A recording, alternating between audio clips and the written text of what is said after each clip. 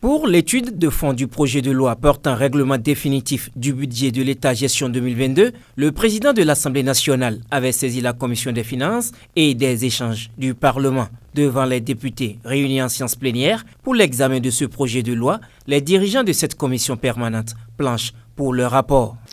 Il convient de préciser que la gestion 2022 a été marquée par la concrétisation de nombreuses avancées dans la réforme budgétaire amorcée depuis 2015, dont la budgétisation en mode programme et la tenue de la comptabilité patrimoniale et en droit constaté. Sous réserve des observations formulées dans son rapport, la Cour des comptes a déclaré les comptes de l'ordonnateur gestion 2022 conformes aux comptes de gestion transmis à la juridiction financière par le receveur général des finances, comptable principal de l'État pour la même gestion. Après la présentation du rapport, les députés n'ont pas tardé à réagir. Le rapport de la commission a été diversement apprécié par les parlementaires. Ce qui est dérangeant et pour lequel il me paraît important d'insister, c'est que malheureusement la conclusion ou les conclusions du rapport indiquent que les faiblesses ou les insuffisances observées sont des insuffisances déjà notées dans le passé.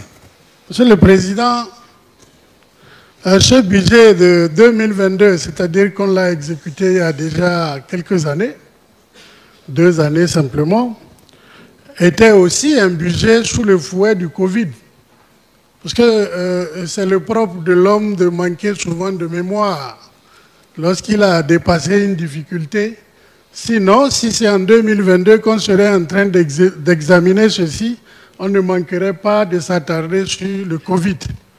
Cette loi de règlement de 2022 en 2024, c'est une avancée extraordinaire. Aux préoccupations des députés, le président de la Commission des finances et des échanges répond. Lorsque pour mesurer la crédibilité du budget, les normes PEFA indiquent que les recettes ne soient pas moins que 94% ou supérieures à 112%, que les dépenses pas moins que 95% ou non supérieures à 105%. Ce n'est pas pour autant que si le budget étant en train d'être exécuté pour adresser les besoins des populations, si le gouvernement a la possibilité de capter des ressources pour satisfaire les besoins des populations que le gouvernement refuse. Si le gouvernement fait ça, nous allons aussi le traiter de gouvernement irresponsable.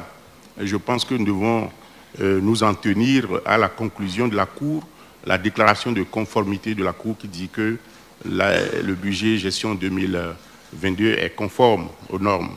Après ces précisions, la représentation nationale a adopté la loi portant règlement définitif du budget de l'État, gestion 2022, par 81 voix pour, 0 contre et 28 abstentions.